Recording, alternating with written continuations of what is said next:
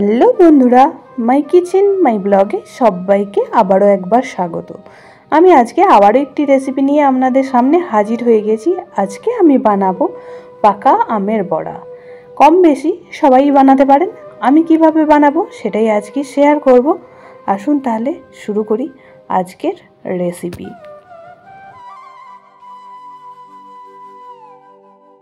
তার জন্য এখানে আমি নিয়ে নিয়েছি আমের পাল্প, আর এখানে আমি দুটি আমের পাল্প নিয়ে নিয়েছি। আম দুটিকে ছাড়িয়ে পরিষ্কার করে মিক্সিং জারে দিয়ে পাল্পটা বের করে নিয়েছি।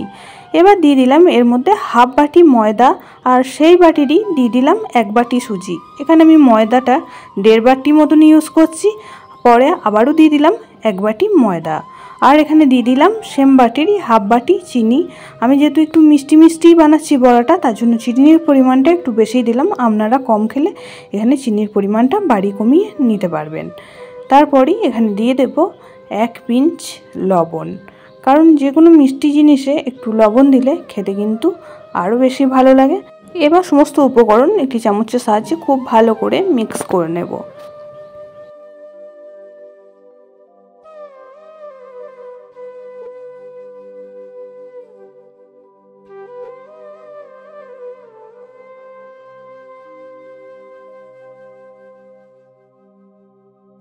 আমের পাল্পটার সঙ্গে সমস্ত উপকরণ খুব ভালো করে মিশিয়ে নেওয়ার পর এখানে দিয়ে দিলাম কিছুটা পরিমাণ জল।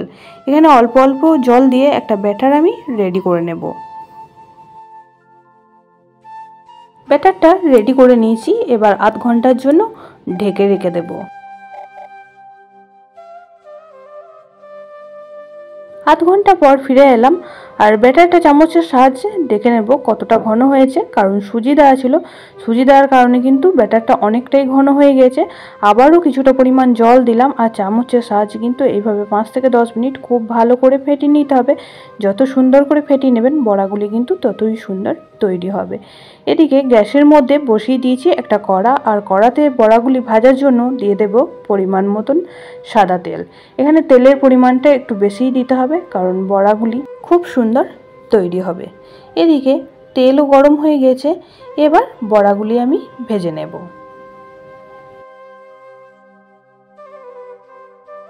এক পিঠ লাল করে ভাজা হয়ে গেলে অপর পিঠটাও উল্টে দেব।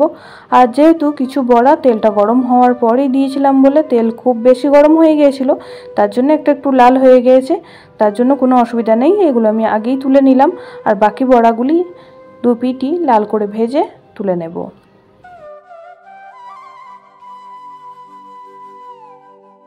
বড়াগুলি লাল করে ভেজে তুলে নিলাম, আর একই রকমভাবে সমস্ত বড়াগুলি ভেজে নেব। পুরনো বন্ধুরা পাশে থাকার জন্য অনেক অনেক ভালোবাসা। নতুন বন্ধুরা যারা চ্যানেলে ভিজিট করছেন, চ্যানেলটি এখনও পর্যন্ত সাবস্ক্রাইব করেননি, তাদের কাছে অনুরোধ রইল চ্যানেলটি সাবস্ক্রাইব করে পাশের বেল আইকনটি অল করে দেবেন। তাহলে আমি যখনই কোনো ভিডিও দেব নোটিফিকেশন আপনাদের কাছে পৌঁছে যাবে। বন্ধুরা, আপনারা এই ব্যাটারটার মধ্যে কিন্তু নারকেল কোড়া, কাজু, কিশমিশ, কালো জিরে, মৌরি অ্যাড করতে পারেন, কিন্তু আমার এইভাবে সিম্পল আমের বড়াটাই বেশি ভালো লাগে, তাই আমি আজকে এইভাবেই বানিয়ে নিলাম। আপনারা চাইলে আপনাদের মন পছন্দ যে কোনো উপকরণ দিয়েই কিন্তু এই আমের বড়াগুলি বানাতে পারেন।